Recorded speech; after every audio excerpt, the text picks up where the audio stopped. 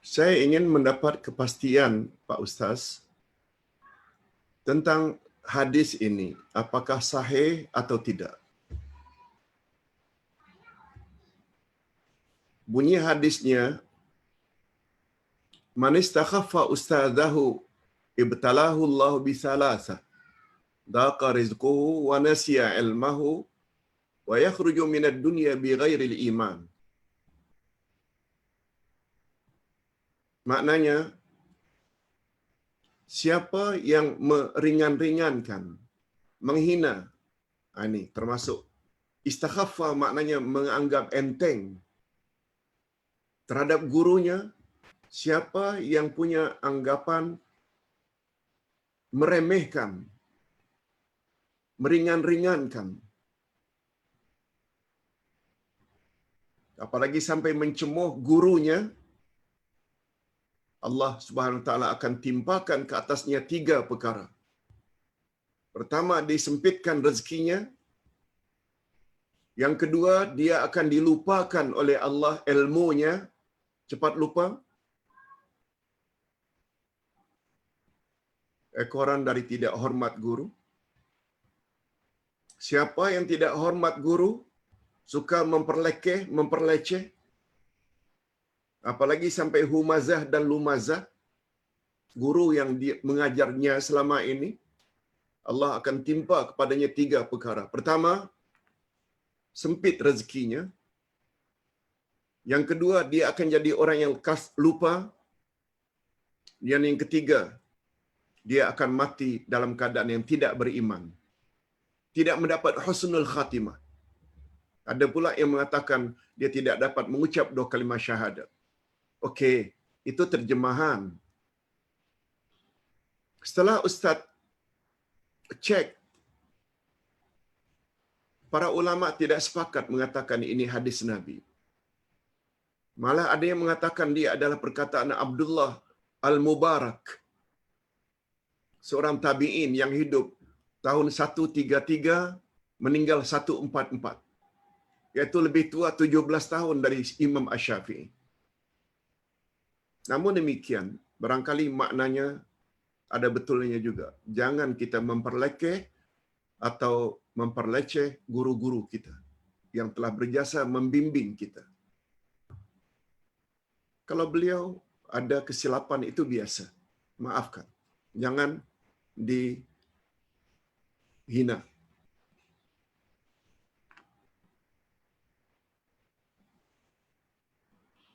Ini satu pertanyaan dari Singapura. Salam Pak Ustaz, dalam salat biasanya pada rakaat terakhir selepas tahiyat, dalam salat selepas tahiyat akhir sebelum salam, saya akan berdoa agak lama.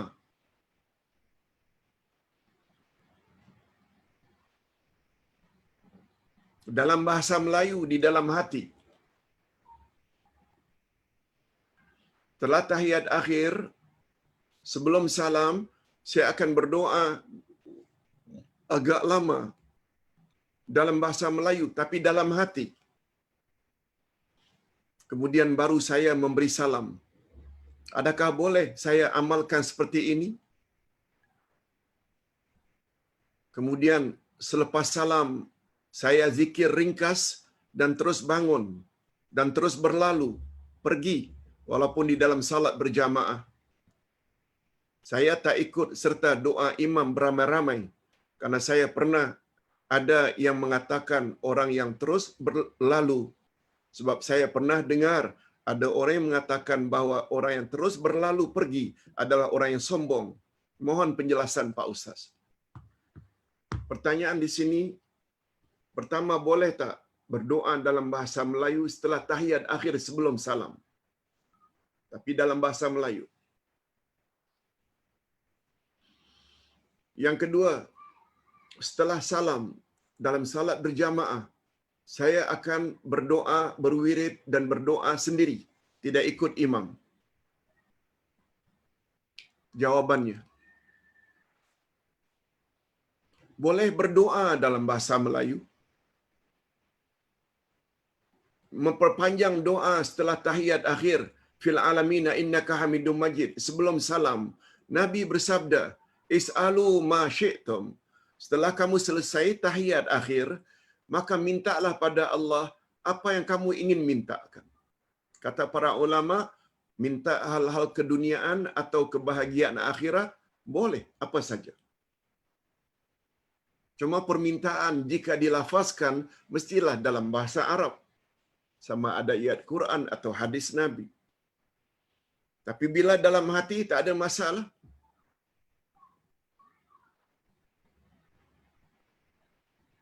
Walaupun kita ucap ayat-ayat Quran, Rabbighfirli wa liwalidayya warhamhuma kama rabbayani saghira, Rabbana zalamna anfusana wa illam taghfir lana wa tarhamna lanakunanna minal khasirin, Rabbana atina fid dunya hasanah wa fil akhirati hasanah wa qina adzabannar. Lebih-lebih lagi doa, Allahumma inni a'udzubika min azabil qabri wa azabin nar, hingga akhir. Tapi dalam hati kita juga minta supaya dihindarkan dari segala penyakit, bala dan wabak. Dalam hati tak jadi masalah. Tak jadi masalah. Yang jadi masalah bila kita ungkapkan dengan lisan. Majoriti ulama mengatakan dia boleh membatalkan salat, tapi dalam hati tak ada masalah. Ingat saja apa yang dilakukan oleh Nabi Yunus. Dalam perut ikan dia hanya menyebut la ilaha illa anta subhanaka inni kuntu minaz zalimin. Padahal dalam hatinya minta supaya Allah selamatkan. Allah Maha tahu apa yang ada di dalam hati seseorang ketika berdoa. Oleh sebab itu apabila kita dalam sujud, subhana rabbiyal a'la wa bihamdi, subhana rabbiyal a'la wa bihamdi, bentuknya bentuk pujian. Tapi dalam hati kita memohon apa yang kita ingin pohonkan, boleh. Yang kedua, selesai salat, Ustaz pernah katakan bahawa tugas imam untuk diikuti sebagai awal leader bermula dari takbir hingga salam. Setelah salam, wiridlah masing-masing. Tak perlu ikut imam. Sebab peranan imam dah berakhir. Wirid masing-masing, doa masing-masing, itu lebih tepat dengan sunnah. Adapun Nabi Muhammad sallallahu alaihi wasallam pernah mengajar para sahabat berwirid bacaan setelah salat, itu hanya pada permulaan sahaja. Maklumlah namanya mengajar, malah dengan suara yang kuat supaya diikuti. Tapi setelah mereka semua tahu wirid, maka mereka wirid masing-masing. Memang betul, Nabi pernah melarang sahabat selesai salat langsung berangkat. Nabi pernah tegur, ya fulan, mengapa tidak duduk sejenak membaca zikir wirid setelah salat? Lalu sahabat menjawab, ya Rasulullah, jiran saya orang Yahudi.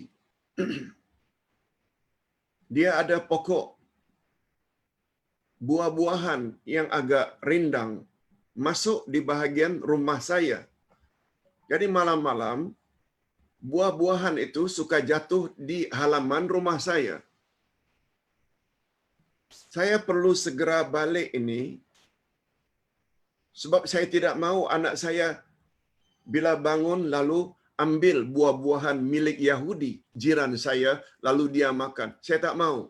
Itu sebab saya segera balik. Apa kata Nabi? Oh, kalau begitu silakan. Pengajaran yang dapat diambil, orang yang selesai salam langsung berangkat, Nabi larang. Mengapa kamu tidak berwirid sejenak? Sampai ada setengah ulama mengatakan cukup baca istighfar, astagfirullah, astagfirullah, astagfirullah, tambah dengan Allahumma antas salam wa minkas salam tabarakta ya zal jalali wal ikram, itu pun dah cukup. Pokoknya jangan salam langsung berangkat. Tetapi karena orang berkenaan ada keperluan yang lebih penting, dibenarkan oleh Nabi. Itu sebabnya apabila kita ada tugas tapi tak mau tinggal salat subuh berjamaah.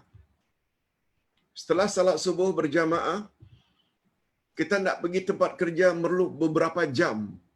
Kalau naik bas, beberapa bas berganti-ganti. Kalau kita lama berwirid, akan lambatlah kita sampai ke tempat kerja. Dibolehkan, sebab itu ada keperluan. Wallahu a'lam. Pertanyaan berikutnya. Assalamualaikum Pak Uday. Saya ada 3 pertanyaan. Kita dapati di akhir kebanyakan mushaf Al-Quran ada doa. Bahagian akhir Al-Quran ada doa. Bolehkah doa itu diamalkan apabila seseorang sudah selesai baca Al-Quran 30 juz? Boleh. Boleh insya-Allah. Walaupun bukan dari Nabi SAW, tapi doanya baik. Jadi para ulama bantu kita doa yang baik itu diletak di belakang Al-Quran. Jawabnya boleh. Yang kedua, kebiasaan dalam masyarakat tempatan. Setelah habis baca sampai surah An-Nas, akan terus sambung baca surat Al-Fatihah dan akan berhenti di surah Al-Baqarah ayat 5. Adakah ini menepati sunnah? Tidak pernah datang dari Nabi SAW amalan itu. Ini hanya amalan para ulama yang menyarankan setelah selesai kita baca Quran An-Nas surah yang ke-114, lalu dibaca surat Al-Fatihah, kemudian ditambah Al-Baqarah 5 ayat pertama. Kalau ditanya itu datang dari Nabi ke Ustaz, jawabnya tidak. Tapi kalau kita ingin baca, jangan katakan itu dari Nabi, tak ada salahnya. Cuma jangan kata itu satu kemestian, bukan. Yang ketiga, ada tak doa khusus atau perkara sunnah yang harus dibuat apabila seseorang itu dah habis baca atau khatam Al-Quran dengan terjemahan 30 juz? Doa. Tidak ada doa khas datang dari Nabi SAW. Kita boleh doa dengan apa saja. Wallahu alam. Itu yang Ustaz tahu. Baik, kita berbalik kepada pertanyaan dalam Facebook. Pak Ustaz, yang pertama, maaf ya, karena sangat banyak, malah sampai 11. Admin, tolong sampai di sini saja, jangan tambah lagi. Ustaz akan jawab dengan ringkas, sesuai dengan apa yang Ustaz tahu. Assalamualaikum Pak Uday.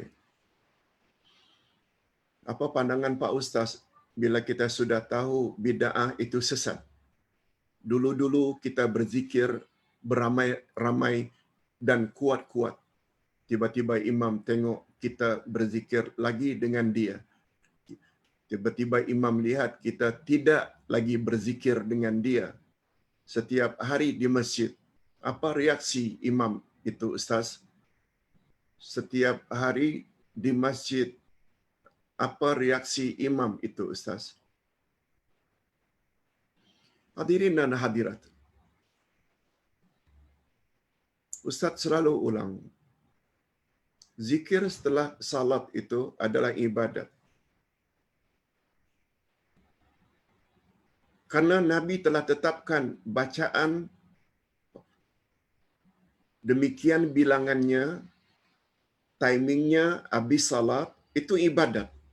Namanya ibadat mahdah. Ibadat mahdah, syaratnya ada 2. Pertama, ikhlas lillah. Yang kedua, ikut Rasul. Sebagai contoh, imam baca habis salam, Astaghfirullahalazim alladzi la ilaha illa huwal hayyul qayyum wa atubu ilaih. Yang datang dari Nabi, astaghfirullah, astaghfirullah, astaghfirullah. Imam baca Allahumma antas salam wa minkas salam fahina rabbana bisalam wa adkhilal jannata darassalam tabarakta rabbana wa ta'ala ya dzal jalali wal ikram. Begitu panjang. Yang sahih datang dari Nabi, Allahumma antas salam wa minkas salam tabarakta ya dzal jalali wal ikram. Nabi suruh baca ayatul kursi. Ayatul kursi bermula daripada Allahu la ilaha illa huwal hayyul qayyum. Pak Imam pula mengawalinya dengan wa ilahukum. Bukan itu datang dari Nabi. Di mana perlunya ikut imam? Imam baca bertempik dengan mic lagi. Kita baca perlahan-perlahan. Itu yang Nabi baca. Nabi baca kuat waktu itu hanya untuk mengajar tempo tertentu. Karena jemaah ketika itu belum tahu. Mengajar tentulah dengan bahasa atau dengan suara yang kuat. Tak usah bimbang. Tak usah bimbang. Apa reaksi imam? Tak usah bimbang. Yang mustahak, kita ikut sunnah. Mengapa mesti takut pada manusia? Yang kita takut justru amaran Nabi. Man amila amalan laisa alaihi amruna fahuwa rad. Siapa buat amalan tidak ikut cara kami, maka amal itu ditolak. Tak takutkah? Bagi ustaz, kita lebih takut amal kita ditolak daripada takut kepada Pak Imam. Di mana-mana hari ini kita dapati makmum lebih faham sunnah daripada imam.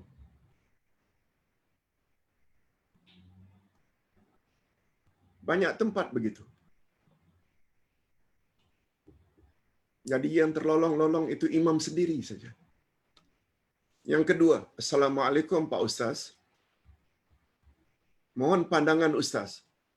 Ghibah. Ada ulama yang kata boleh ghibah karena selebriti atau orang terkenal yang semua dah maklum keburukannya, dosanya. Ada ulama kata ghibah tak boleh walaupun selebriti atau sudah ketahuan am, sebab tak boleh kata apapun yang mangsa itu tak suka. Okey, Ustaz ingin buat definisi dulu tentang ghibah. Pada satu hari Nabi tanya, atadruna mal ghibah? Tahukah kamu sekalian apa itu ghibah? Iaitu mengumpat. Hampir sama dengan makna humazah dan lumazah.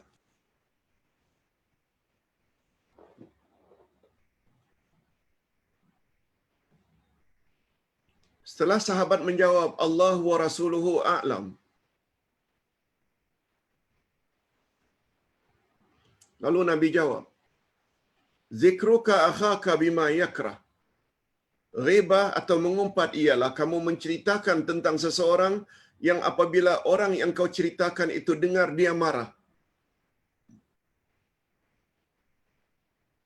Itu mengumpat.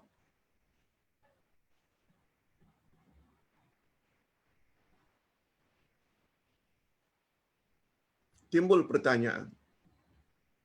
Kata para ulama, kita tidak boleh mengumpat menceritakan aib seseorang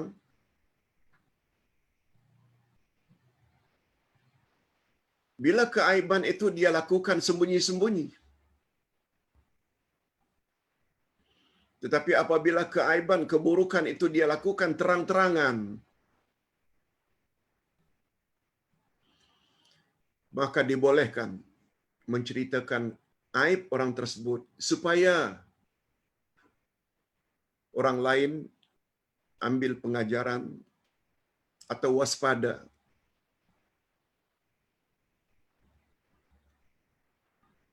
Supaya waspada. Umpamanya kaki botol.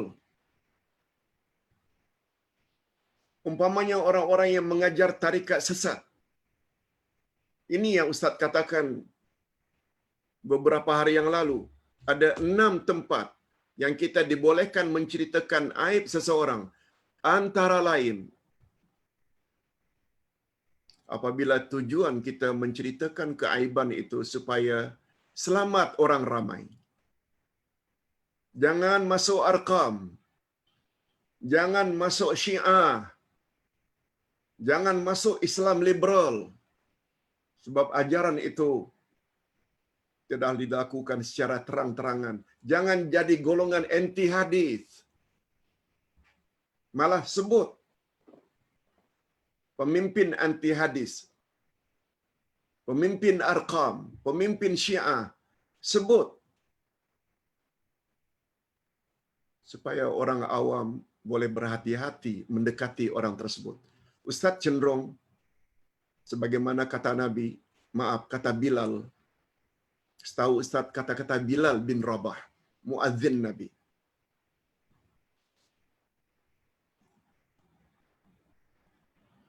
Rahasia keburukan seseorang itu perlu dirahasiakan bila maksiat yang dia buat itu sembunyi-sembunyi.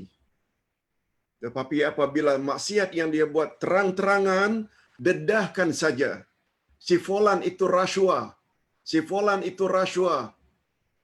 Supaya jadi pengajaran kepada pemimpin yang lain. Jangan ikut jejak langkah orang tersebut. Wallahu a'lam. Yang ketiga, Assalamualaikum Pak Ustaz. Mohon pencerahan berkenaan baca Al-Asr dulu baru Al-Humazah. Saya ada mendengar kalau kita baca surah dalam salat, baca ikut turutan surah dari atas ke bawah dan juga baca surah panjang dulu baru baca surah pendek. Okey.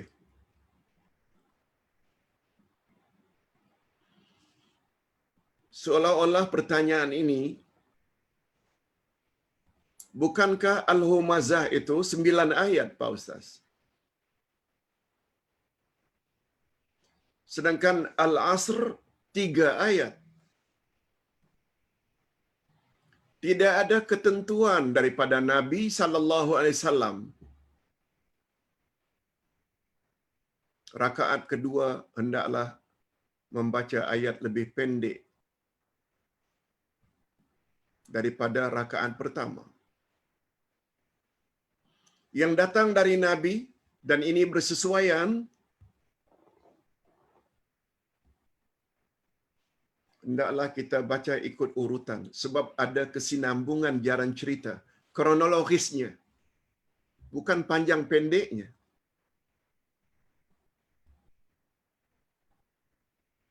Hanya saja dalam keadaan biasa.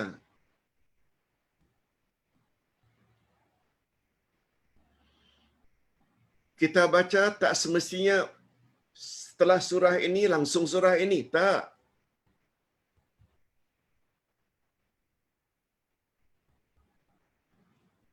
Seperti Ustaz baca tadi malam dalam salat tahajud. Rakaat pertama Ustaz baca Ayatul Kursi. 3 ayat. Ayat 255, 256, La ikraha fiddin, 257.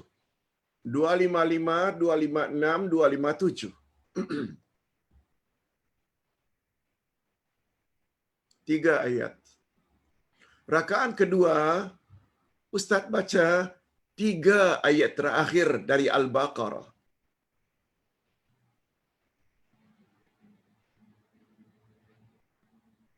254, 256, 255, 256. Maaf, 284, 285, 286. Bermula la ikraha fiddin, sambung amanah rasul, kemudian sambung la yukallifullahu nafsan illa wus'aha. Tak semestinya berurutan.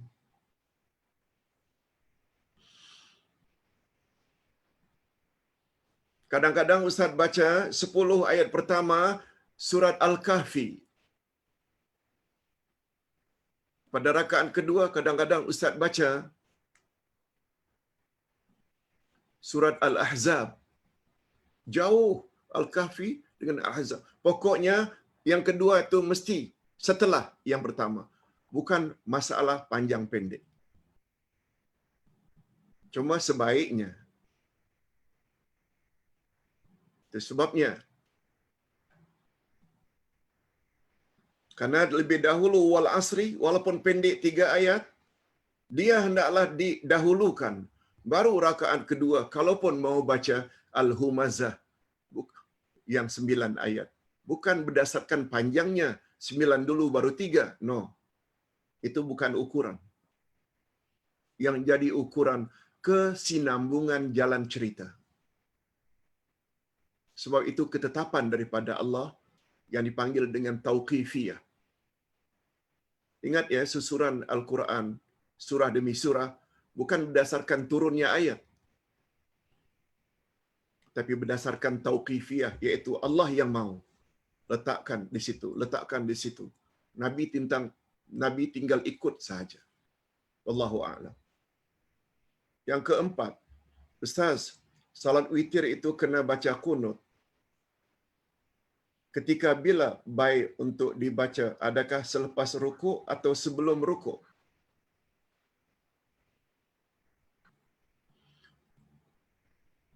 Hadirin dan hadirat, qunut ada 3.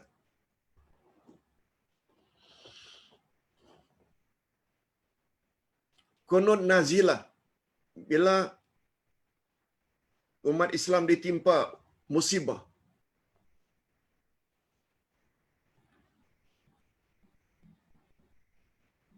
Maka kita baca qunut. Tak kira salat yang manapun. Dari salat-salat fardu, boleh qunut nazilah. Kadang-kadang habis Jumaat.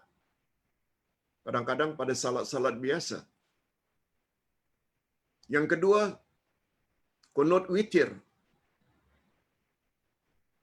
Yang ketiga, qunut subuh. Qunut subuh ini yang dipertikaikan. Ada yang mengatakan sahih, ada yang mengatakan daif. Tapi 2 qunut yang pertama ini confirm. Disuruh oleh Nabi. Dan sahih. Cuma pertanyaannya, qunut itu dilakukan setelah rukuk ke atau sebelum rukuk?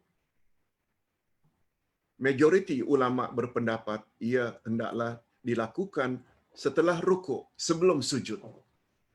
Setelah rukuk, sebelum sujud. Wallahu a'lam. Yang kelima, Ustaz, apa beza qunut witir, qunut subuh, qunut nazilah? Nah,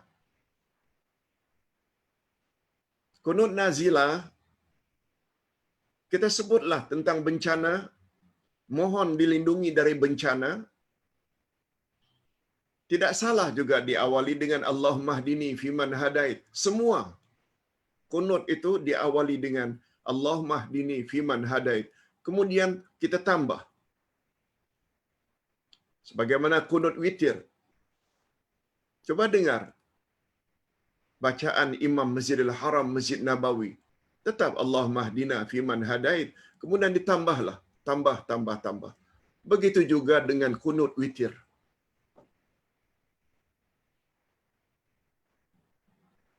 Jangan lupa awali dengan Allahumma hdini fiman hadait. Sebab itu qunut yang datang dari Nabi, kemudian kita dibenarkan untuk menambah sesuai dengan keperluan masing-masing.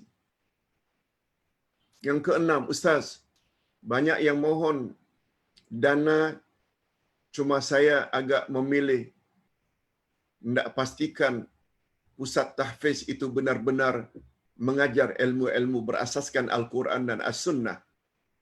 Pada saya, biar sumbangan itu bermakna, minta Ustaz komen. Hadirin dan hadirat rahimakumullah. Memang kita tak nafikan bermunculan markas tahfiz Al-Quran di mana-mana seperti cendawan tumbuh di musim hujan. Cuma kadang-kadang background orang yang mendirikan tahfiz itu bermacam-macam. Ustaz tak mau komen, bimbang dipersalahkan. Tapi sikap anda memastikan tahfiz itu bukan hanya membaca, mengajak, menghafal Quran, tapi juga mengajar pada tahfiz itu tafsir Al-Quran, akidahnya, fiqahnya, hadisnya. ilmu dakwahnya itu hendaklah diutamakan.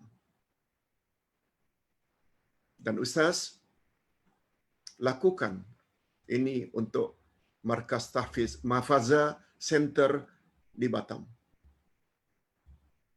Itu sebabnya Ustaz tampung wakaf kitab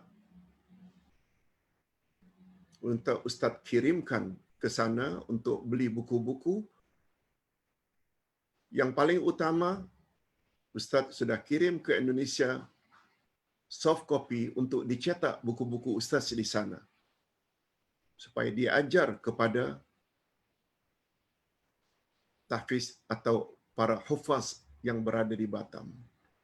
Jadi sikap anda mengutamakan markas tahfiz seperti itu adalah sangat terpuji. Itu sebabnya Ustaz telah berjanji pada beberapa markas tahfiz untuk Ustaz supply secara percuma kalau mereka bersedia untuk mengajar tafsir Al-Furqan, kitab akidah Ahlussunnah wal Jamaah. Dan alhamdulillah ini sudah Ustaz lakukan, bermula dari Terengganu. Dan 2-3 hari ini di Perlis, di Kedah. Mudah-mudahan bermanfaat. Supaya infak dan wakaf tuan-puan mengalir terus walaupun puan-puan telah meninggal dunia. Wallahu a'lam.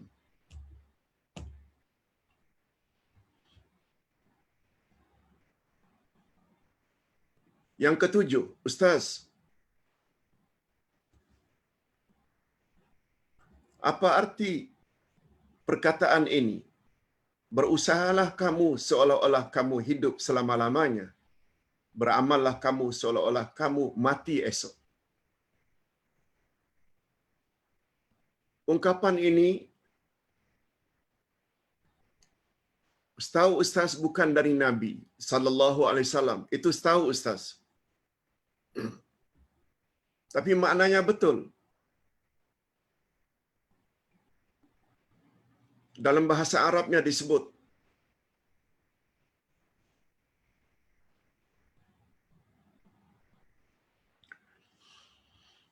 i'mal lidunyaka ka'annaka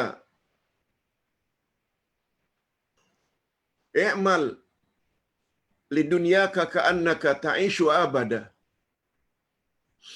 wa amal li akhiratika ka'annaka tamutu gadan. Artinya, bekerjalah kamu untuk duniamu seolah-olah kamu akan hidup selama-lamanya.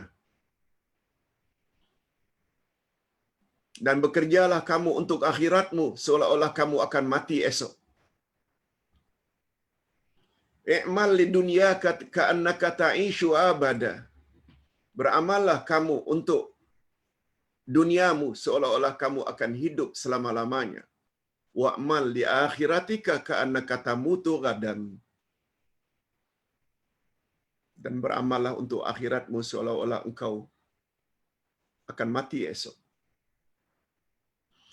Maknanya, dalam hal mencari keduniaan, kita dibolehkan berusaha terus.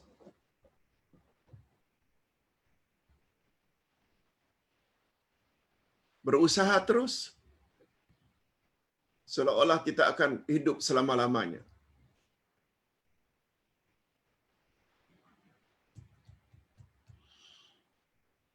Sebab kalau kita mati pun, dengan usaha kita, ada bisnes umpamanya, ada usaha, paling kurang kita tidak akan meninggalkan keluarga kita dalam keadaan papa, miskin, dan menyusahkan orang lain. Sebagaimana contoh yang Ustaz sebutkan tadi, tentang Allah yarham Syekh Ali Jabir.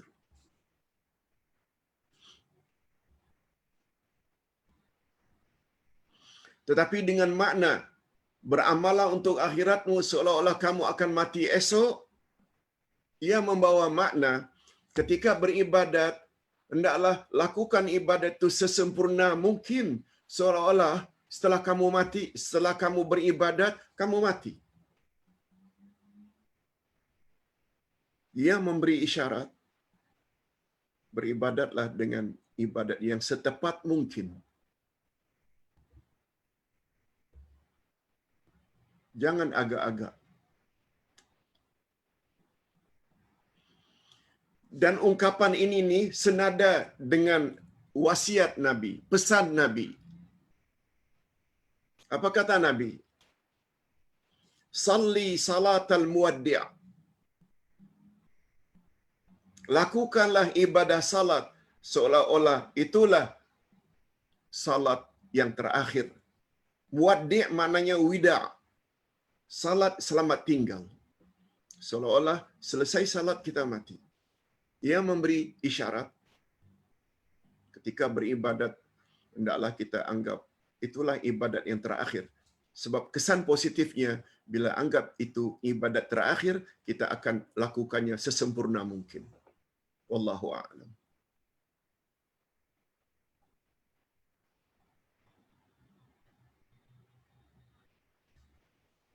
Yang ke-8, Assalamualaikum Pak Ustaz, roh ibu bapa akan mendapat pahala dari amalan baik serta doa anak-anak yang saleh. Bagaimana pula sekiranya anak-anak berbuat dosa? Adakah dosa-dosa mereka juga terpalit kepada kedua ibu bapanya? Mohon penjelasan Pak Ustaz. Bagus pertanyaannya. Timbul kebimbangan. Kalau anak-anak yang tidak begitu baik ini nanti akan memburukkan keadaan kita pada umur yang kedua, umur di alam barzakh. Jangan bimbang, Puan. Kejahatan anak-anak yang masih hidup tidak akan ditimpa oleh Allah dosanya kepada ibu bapa dalam kubur. Tidak. Dalil Ustaz, Allah Subhanahu wa taala berfirman, "Wala taziru waziratun wizra ukhra." Allah tidak akan membebankan dosa kepada seseorang terhadap dosa yang dilakukan oleh orang lain. Tak. Dosa orang lain, hatta anak, dia yang tanggung. Lebih-lebih lagi ibu bapa, selagi hayat di kandung badan sudah beri 7 anjar yang cukup.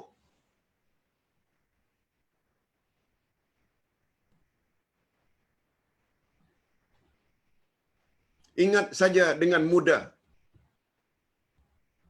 Nabi Nuh tanggung tak dosa yang dibuat oleh anaknya yang durhaka yang bernama Kanaan? Tidak.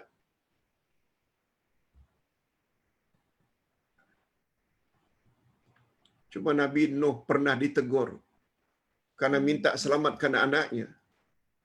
Allah jawab, "Jangan jadi orang jahil, wahai Nuh. Dia bukan anakmu lagi. Karena anaknya durhaka."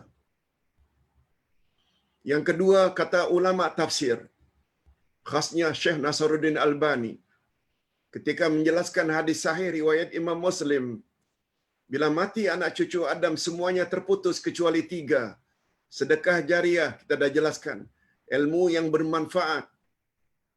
Yang ketiga, waladin salihin yad'ulah. Anak yang saleh. Anak yang saleh di sini, anak disifati dengan saleh. Maknanya anak yang melakukan amal saleh. Dia salat, dia puasa, dia sedekah, dia wakaf. Segala amal salehnya sampai. Waladin salihin. Pertama uraiannya walad. Dalam bahasa Arab, walad itu sama dengan child. Bukan son. Son itu ibnon. Abdullah bin Yasin. Abdullah son of Yasin. Bukan bintun. Najwa binti Abdullah. Najwa daughter of Abdullah. Nabi tidak sebut ibnun salihun. Nabi tidak sebut bintun salihatun. Tapi waladin salihin. Walad maknanya child. termasuk son and daughter.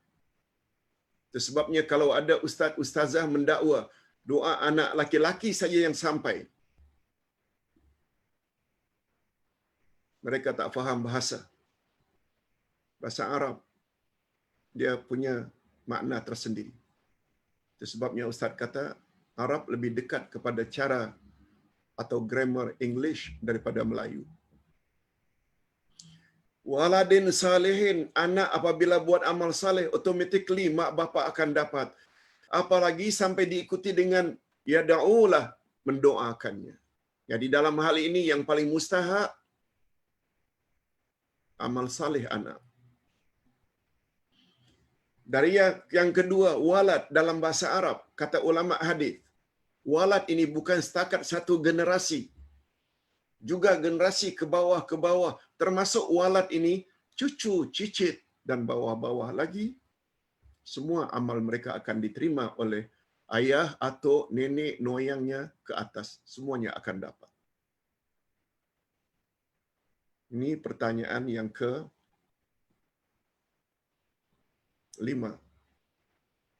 6, 7 sudah. 8. Pertanyaan, sampai ke kejahatan anak setelah kita mati? Jawabnya tidak. InsyaAllah tidak. Lebih-lebih lagi, kita yang sudah tunjuk ajar di atas muka bumi, ternyata Allah tidak buka hatinya, tidak beri taufik. Itu bab lain. Assalamualaikum Pak Ustaz. Nak tanya, ada tak ilmu kena berbaiat seperti ratib-ratib yang guru mereka dari orang-orang tertentu? Menurut pandangan Ustaz, tidak perlu kita minta ijazah daripada guru untuk mengamalkan suatu amalan.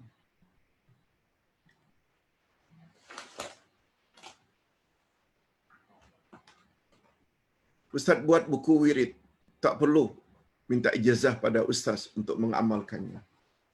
Ustaz susun dan terjemah buku munajat, tak perlu minta izin pada ustaz sebagai penyusun untuk mengamalkannya. Amalkan saja. Ini semua hanya rekaan-rekaan sahaja, yang barangkali dengan tujuan supaya dia dapat ikat murid-murid tertentu pada dirinya saja, jangan dengar orang lain. No. Itu bukan sifat yang terpuji. Sebab sahabat-sahabat Nabi kadang-kadang mendapat bimbingan dari Abu Bakar, kadang-kadang mendapat bimbingan dari Umar, kadang-kadang mendapat bimbingan dari ini. Ini semua memberi isyarat. Kita bila beramal, tak perlu ikut satu-satu mazhab saja. Nah, bila ada pandangan yang lebih kuat, walaupun itu mazhab lain, kita boleh ikut. Contoh di Malaysia, zakat fitrah, kalau menurut Syafi'i tidak sah kalau tidak makanan pokok yang kita makan. Memberi sedekah, memberi zakat fitrah dengan duit, itu pandangan Imam Abu Hanifah. Tapi ternyata amalan dan pandangan Imam Abu Hanifah dianggap lebih tepat karena keperluan manusia bukan hanya beras saja pada hari raya. Yang ke-10, jika adik-beradik berbincang tentang keburukan adik-beradik lain dengan tujuan memperbaiki keadaan, adakah dikira mengumpat? Terima kasih Pak Ustaz. Tidak. Bila adik-beradik berbincang tentang keadaan salah seorang daripada mereka yang buruk lakunya, lalu disebutlah keburukan itu untuk dicari solusi. Macam mana cara kita mengatasi adik-beradik tentang saudara kita ini teruk sangat nampaknya, itu tidak membawa makna mengumpat, tidak berdosa. Sebab kita sedang mencari solusi, bukan kita hendak menghinanya, malah kita hendak menolongnya. Ini di antara jenis mengumpat yang dibolehkan, kata Imam An-Nawawi.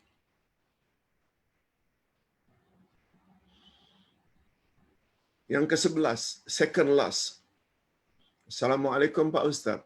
Semoga Allah memanjangkan usia Ustaz. Amin, amin, amin ya Rabb. Untuk menyampaikan ilmunya. Ustaz, saya ingin bertanya, kecelakaan yang Allah katakan ini hanya ke atas pengumpat yang mempunyai kelebihan harta ke atas orang-orang miskin atau semua jenis umpatan? Oh, ya. Kadang-kadang saya mendengar orang yang menyebut Israel laknatullah adalah mencela seperti ini juga tergolong dalam golongan mengumpat. Hadirin dan hadirat,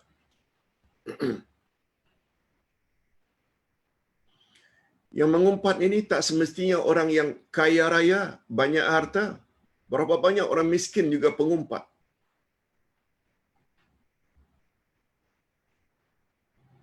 Kalau dulu-dululah istilahnya, sambil cari kutu di kepala, mengumpat sepanjang beberapa jam sambil cari kutu. Bukan orang kaya pun. Cuma salah satu kerja mengumpat ini adalah dari kalangan orang yang bakhil. Kerjanya menghitung harta saja, sehingga memandang remeh pada orang lain. Nah, itu bahaya. Itu bahaya.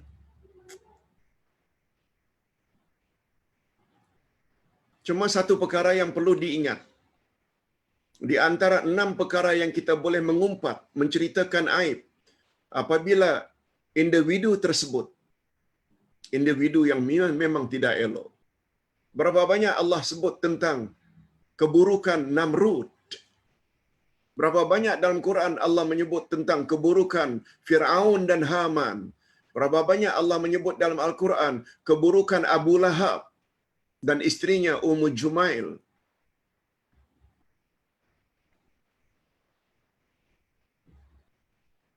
Berapa banyak kita sebut keburukan iblis atau syaitan sehingga kita ikuti dengan laknatullahi alaih. Mudah-mudahan Allah laknat mereka. Begitu juga perbuatan Israel.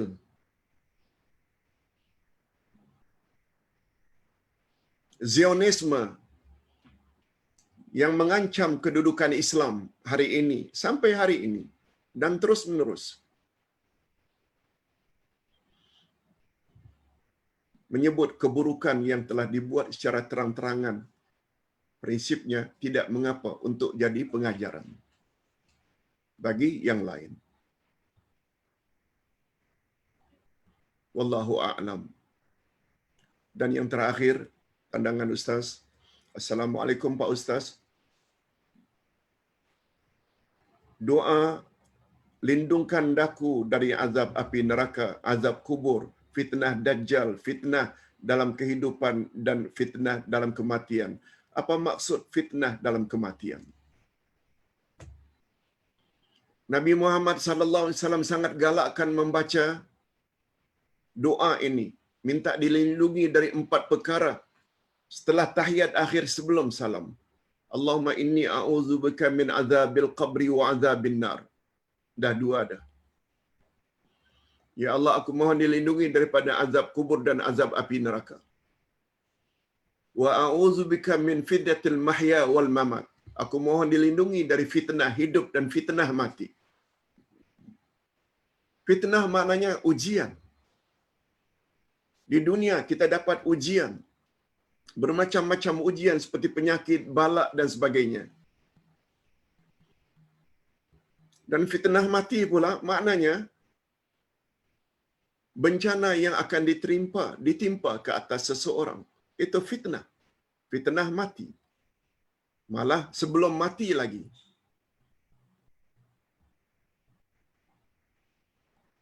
Sebelum mati tidak dapat mengucap 2 kalimah syahadat.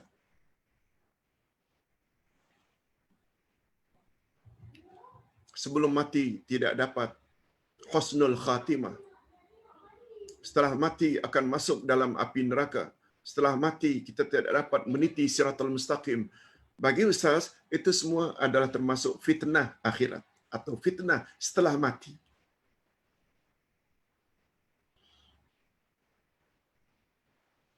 Ustaz kira sampai di sini dulu yang dapat Ustaz sampaikan. Mudah-mudahan apa yang kita sampaikan ini ada jugalah manfaatnya. Sebelum itu kita berdoa sekali lagi. Alhamdulillahirabbil alamin. Wassalatu wassalamu ala asyrafil anbiya'i wal mursalin wa ala alihi wa sahbihi ajma'in. Allahumma inna nas'aluka ilman nafi'a wa rizqan thayyiba wa amalan mutaqabbala. Ya Allah, kami mohon kepadamu ilmu yang bermanfaat, rezeki yang baik dan amal yang diterima. Allahumma inna na'udzubika minal bala'i wal waba'i wa sa'il asqam. Ya Allah, lindungilah kami daripada bala dan wabak serta penyakit-penyakit yang berbahaya. Rabbana ighfir lana dzunubana wa liwalidina warhamhum kama rabbawna shighara. Ya Allah, ampunkanlah dosa kami dan dosa kedua ibu bapa kami, dan curilah rahmat-Mu ya Allah kepada mereka sebagaimana mereka telah didik kami sejak dari kecil. Allahumma inna na'udzubika min an nuradda ila arzalil umur. Ya Allah, kami mohon dilindungi agar Engkau jangan kembalikan kami kepada umur kanak-kanak atau umur nyanyuk. Allahumma khtim lana bi husnil khatimah wa la takhtim alaina bi su'il khatimah. Ya Allah, akhirilah hidup kami dalam keadaan yang baik, husnul khatimah, akhir dalam iman dan amal saleh. Dan tolonglah jangan Engkau akhiri kami dalam keadaan yang tidak baik. Akhir dalam syirik, akhir dalam maksiat. Na'udzubillah min dzalik. Rabbana atina fid dunya hasanah wa fil akhirati hasanatan wa qina adzabannar. Ya Allah, berilah kami kebaikan di dunia dan kebaikan di akhirat serta hindarkan kami dari azab api neraka. Allahumma hdinas siratal mustaqim, siratal ladzina an'amta 'alaihim minan nabiyyin was-siddiqin wasyuhada was-salihin. Ya Allah, tunjuki kami ke jalan yang lurus, yaitu jalan orang-orang yang telah Engkau beri nikmat ke atas mereka dari kalangan nabi-nabi, siddiq-siddiq, orang yang mati syahid dan orang-orang saleh. Himpunkan kami bersama mereka ya Allah, sebab mereka adalah sebaik-baik teman di akhirat nanti.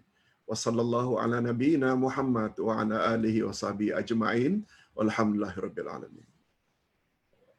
Subhanakallahumma wa bihamdik asyhadu an la ilaha illa anta astaghfiruka wa atubu ilaik.